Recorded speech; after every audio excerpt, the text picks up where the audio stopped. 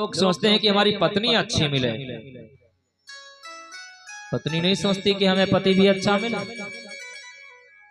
आप सोचते हो कि हमारी पत्नी जो है वो पतिव्रता मिले,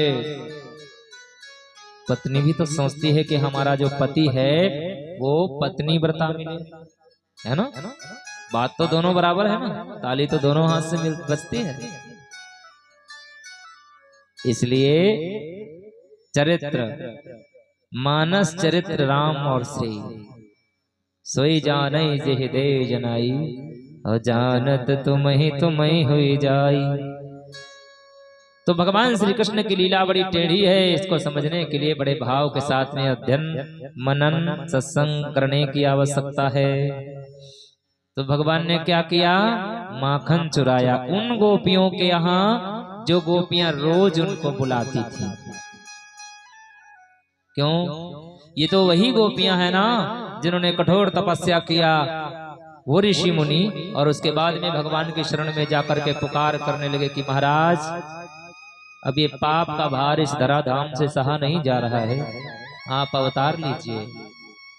तो भगवान ने आकाशवाणी में कहा कि जिस तरह से रामावतार में तुम सब बानर भालू वृक्ष बन करके आए थे, उसी प्रकार से तुम सब जाकर के और गोकुल वृंदावन में जाकर के गोपी बनकर के अवतार लो, ग्वालपाल बनकर के अवतार लो, गाय बछड़े बनकर के अवतार लो, और हम तुम्हारे साथ में लीला करेंगे।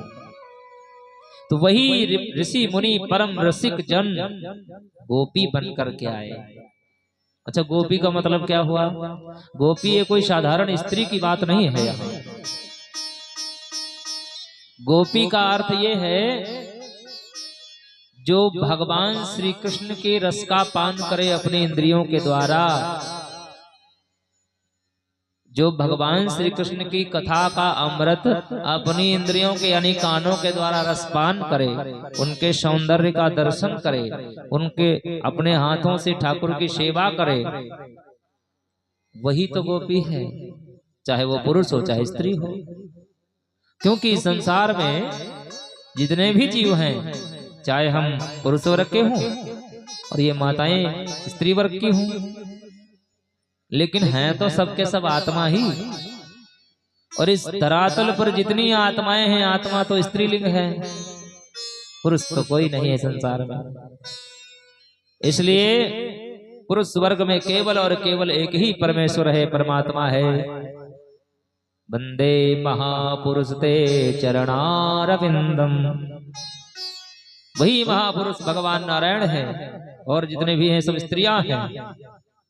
जब हृदय में स्त्रेय भाव धारण करोगे तभी भगवान की प्राप्ति होगी। स्त्रेय भाव क्या? अरे भाई, कोई भक्ति की जाती तो दिखावा तो किया नहीं जाता भक्ति में। माला जब जपते हैं तो झोली में हाथ डाल लेते हैं, खुला भी तो जप सकते हो, लेकिन उसका प्रदर्शन नहीं। भक्ति करने के लिए माला झोली में हाथ डाल करके जपते हैं, एकांत में बैठ करके ध्यान लगाते हैं। दिखाने की जरूरत नहीं ना।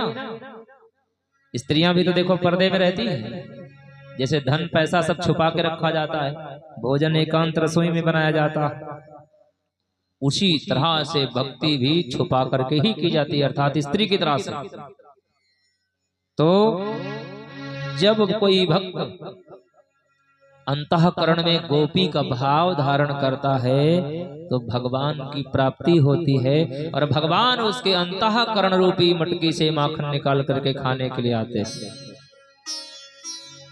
वही भगवान श्याम सुंदर आज माखन चुराने के लिए उन्हीं गोपियों के यहाँ गए जिन्होंने उनको खिजाया।